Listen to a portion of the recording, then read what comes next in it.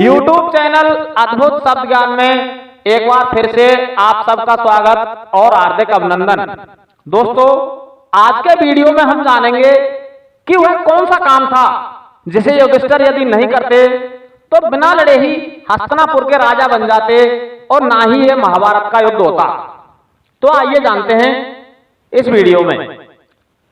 एक बार द्वैतवन में रह रहे पांडवों को देखने के लिए दुर्योधन के कहने पर शकुनि, कर्ण और दुशासन ने योजना बनाई। राजा धृतराष्ट्र से कहा कि हम घोष यात्रा करना चाहते हैं। इस समय गौएं रमणीक प्रदेश में ठहरी हुई हैं और यह समय उनकी गणना करने का उचित समय है, क्योंकि इस समय उनके बछड़े, रंग और आयु की गणना की जा सकती है। यह सुनकर धृतराष्ट्र ने यह कहकर मना कर दिया कि उस क्षेत्र में पांडव ठहरे हुए हैं, अतः तुम उधर ना जाओ तो ही उचित है। गौओं की गणना किसी दूसरे विश्वास पात्र व्यक्ति द्वारा करा ली जाएगी। यह सुनकर शकुनि ने कहा, राजन, हम लोग केवल गौओं की गणना करना चाहते हैं, पांडवों से मिलने का हमारा कोई इरादा नहीं है। जहां पांडव ठहरे होंगे हम वहां जानबूझकर नहीं जाएंगे। इस तरह शकुनि ने धृतराष्ट्र को मना लिया और दुर्योधन और शकुनि को फिर मंत्री एवं सेना सहित वहां जाने की आज्ञा मिल गई। दुर्योधन के साथ हजारों स्त्रियां, उनके भाई और सैकड़ों की संख्या में बोझा ढोने के लिए लोग चल दिए। इस सब लाव लश्कर के साथ दुर्योधन पड़ाव डालता हुआ खांडव वन के निकट पहुंच गया। वहां गाय बछड़ों आदि की गणना करते करते वह कुछ लोगों के साथ द्वैतवन के एक सरोवर के निकट पहुंच गया। वहां उस सरोवर के तट पर ही युधिष्ठिर आदि पांडव द्रौपदी के साथ कुटिया बनाकर रहते थे। वे उस समय राज ऋषि यज्ञ कर रहे थे। तभी दुर्योधन ने अपने सेवकों को आज्ञा दी कि यहां शीघ्र ही एक क्रीड़ा भवन तैयार किया जाए।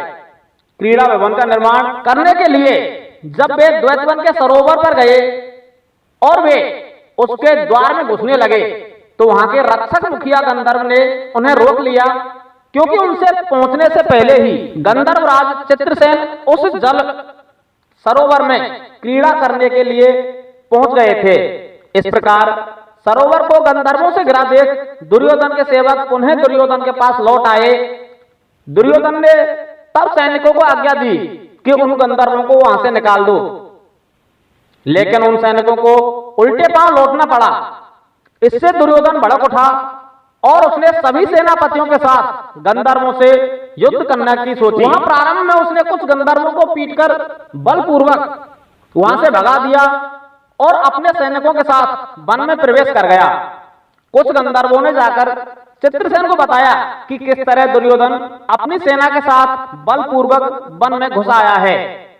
तब चित्रसेन को क्रोध आया और वह अपनी माया से भयंकर युद्ध करने लगा। कुछ ही देर में दुर्योधन की सेना रणभूमि से भागने लगी।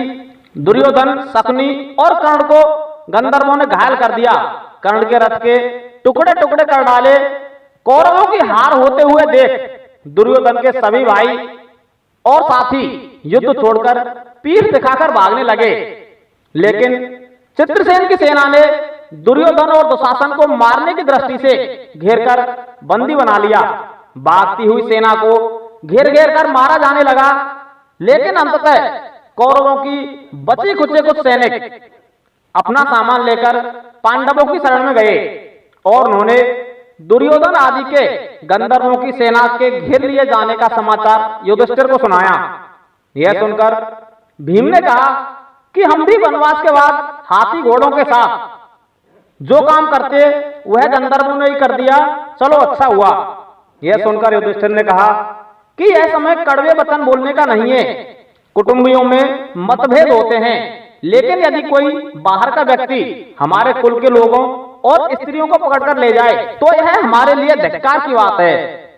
यह हमारे कुल का तिरस्कार है। अतः सूरवीरों, हमारे ही लोग जब हमारी शरण में आकर दुर्योधन आदि को छुड़ाने की प्रार्थना कर रहे हैं तो हमें शरणागत की रक्षा करनी चाहिए।